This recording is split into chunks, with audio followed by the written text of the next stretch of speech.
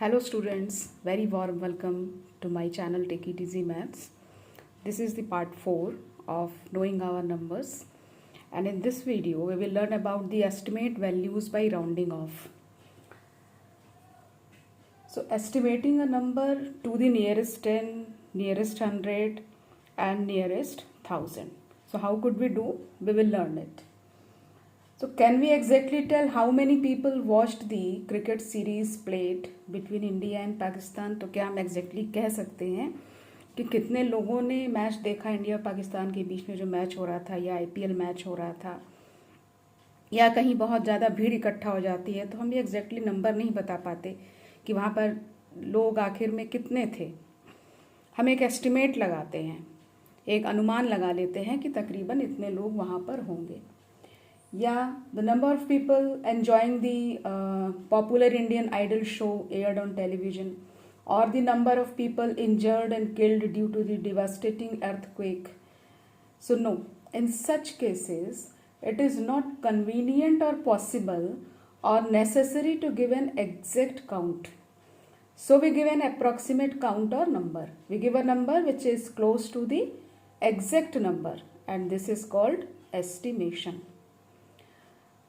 We estimate our guess approximate values by rounding off the numbers. तो numbers को round off करके हम अपना जो एक guess होता है या जो अनुमान लगाते हैं वो हम बता पाते हैं कि जैसे हम कहते हैं तकरीबन इतने लोग होंगे, 100 लोग रहे होंगे. एग्जैक्टली हम नहीं बोलते कि हाँ 100 ही लोग थे या 50 ही लोग थे या 1000 ही लोग थे. हम कहते हैं इतने लोग लगभग रहे होंगे. या कभी कभी किसी की एज की बात होती है, लोग पूछते हैं कि आपको क्या लगता है कि उसकी उम्र कितनी रही होगी, तो हम अंदाज़ा लगाते हैं 45 रही होगी या 20 रही होगी. एग्जैक्ट नहीं बता पाते, तो इसको हम एस्टिमेट करना कहते हैं, गेस करना कहते हैं. और जब ऐसी अप्रॉक्सीमेट वैल्यूज़ को हम राउंडिंग ऑफ कर देते हैं तो वो एस्टिमेशन को जब हम राउंड ऑफ करते हैं तो ये हमारा जो है ये गेस है. And we estimate our guess approximate values by rounding off the numbers. तो सबसे पहले हम ये जानेंगे estimating a number to the nearest 10. अगर हमारे पास 2 डिजिट का नंबर है और हमें उसे एस्टिमेट करना है उसके नियरेस्ट टेंस पर, तो हम क्या करते हैं. जैसे यहाँ टेबल बनी है 30, 30, 31, 32, 33, 34, 35, 36, 37, 38, 39 एंड 40.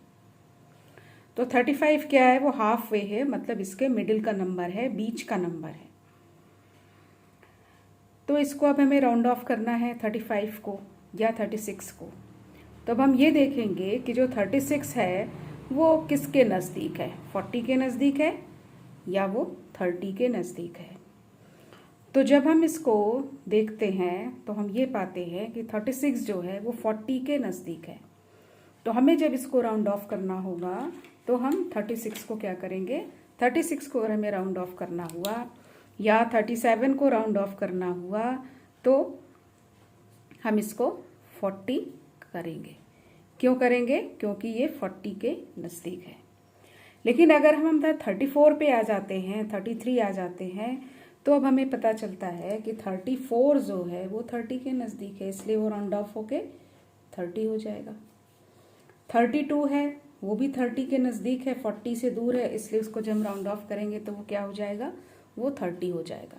और ये जो मिडिल में जो नंबर आता है उसके लिए क्या रूल है कि उसको हम राउंड अप ही करते हैं, राउंड डाउन नहीं करते हैं. राउंड अप का मतलब आगे की तरफ बढ़ना, आगे की तरफ राउंड ऑफ करना.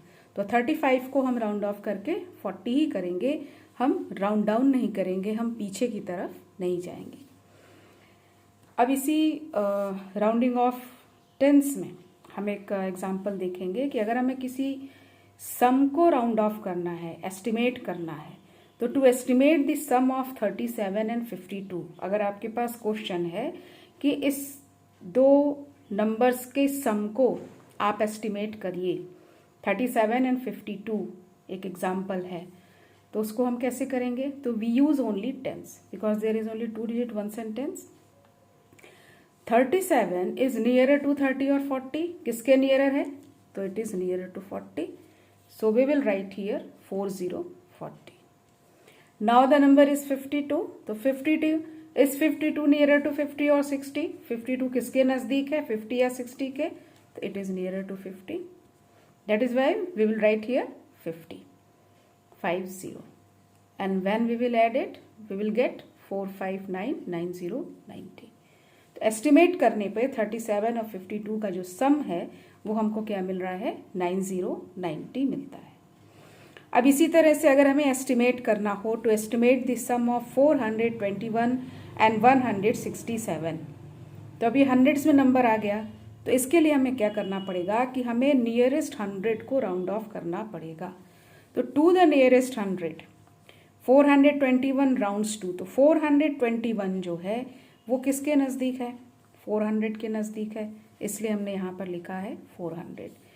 और 167 वो किसके नज़दीक है, तो वो 200 के नज़दीक है, इसलिए हमने यहाँ पर लिखा है 200.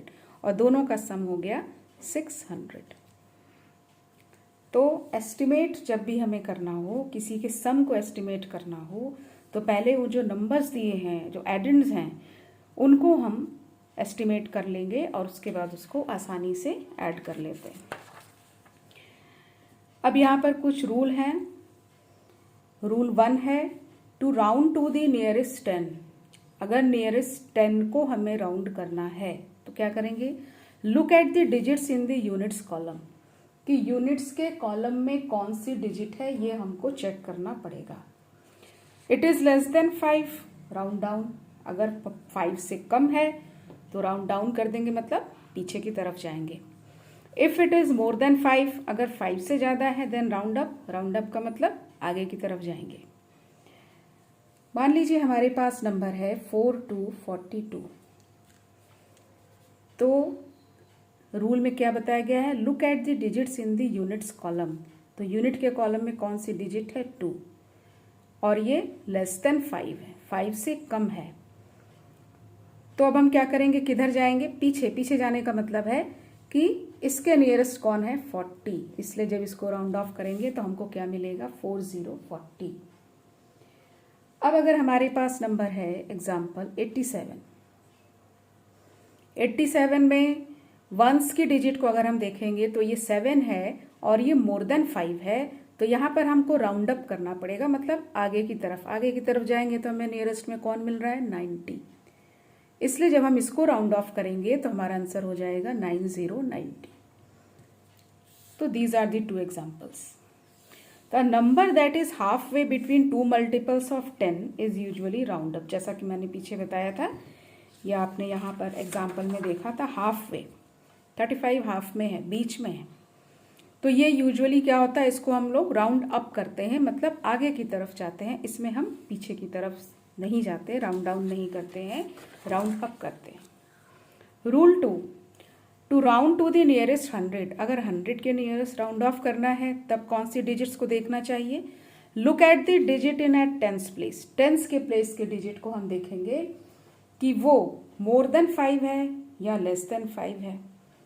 तो अगर लेस देन 5 है तो राउंड डाउन करेंगे, और अगर मोर देन 5 है तो हम उसको राउंड अप करेंगे. For example, there is 463. तो टेंस की प्लेस पे जो डिजिट है दैट इज 6, और ये दोनों अगर साथ में पढ़ते हैं दैट इज 63. तो 6 जो है ये मोर देन 5 है. तो मोर देन 5 है तो हमें क्या करना पड़ेगा, आगे की तरफ जाना पड़ेगा. और मल्टीपल्स ऑफ 100, अगर 100 को नियरेस्ट राउंड ऑफ कर रहे हैं तो हम किसके मल्टीपल में उसको राउंड ऑफ करेंगे, 100 के मल्टीपल में राउंड ऑफ करेंगे. तो यहाँ पर क्या हो जाएगा, 463 से आगे जाएंगे तो 100 के मल्टीपल पे हमको आगे क्या मिलता है, 500. तो 463 को जब हमने राउंड ऑफ किया तो ये कितना हो गया, ये 500 हो गया. अब अगर हम एग्जाम्पल लेते हैं 130. अब टेंस की प्लेस की डिजिट को देखते हैं, 3 है, दिस इज लेस देन 5. तो अब क्या करना पड़ेगा, 100 के मल्टीपल में ही जाना है. तो क्योंकि अभी यहाँ पर 100 ही है तो हम जब पीछे की तरफ जाएंगे तो जब इसको राउंड ऑफ करते हैं तो यहाँ पर कितना हो जाएगा, 100. This is the rule 2 to round to the nearest 100. तो नियरेस्ट 100 को जब राउंड ऑफ करना है तो look at the digit in at tens place, tens place की डिजिट को हमें देखना है। If it is less than 5 round down और if it is more than 5 और मोर राउंड अप। तो इसको राउंड अप करना बोलते हैं और इसको राउंड डाउन करना करते हैं। अगर हम पीछे की तरफ जा रहे हैं, ये तो हम आगे की तरफ बढ़ गए, आगे की तरफ बढ़ गए मतलब 400 से ज़्यादा हो गया 500, और यहाँ 130 था, तो हमने जब इसको राउंड ऑफ किया बिकॉज 3 इज लेस देन 5, सो हम पीछे की तरफ चल गए तो ये 100 हो गया। Now rule 3, look at the digit.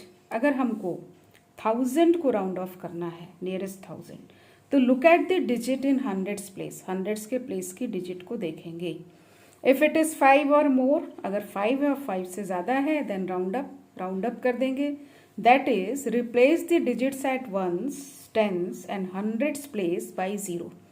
उसका मतलब होता है कि वंस, टेंस और 100 के प्लेस की जो डिजिट होगी उसको 0 कर देंगे और 1000 के प्लेस की जो डिजिट होगी उसमें 1 प्लस कर देंगे। कैसे करेंगे? मान लीजिए आपके पास नंबर है 3939, 3939। यहाँ हमने देखा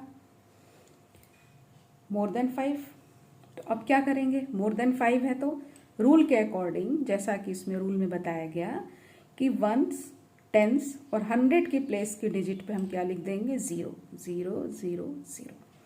और जो 1000 के प्लेस की डिजिट है वहाँ पर हम 1 प्लस कर देंगे, तो 3 में 1 प्लस कर देंगे तो कितना हो जाएगा? 4000। 3939 को हमें राउंड ऑफ करना था, तो हमने 100 की प्लेस की डिजिट को देखा, दैट इज़ मोर देन 5।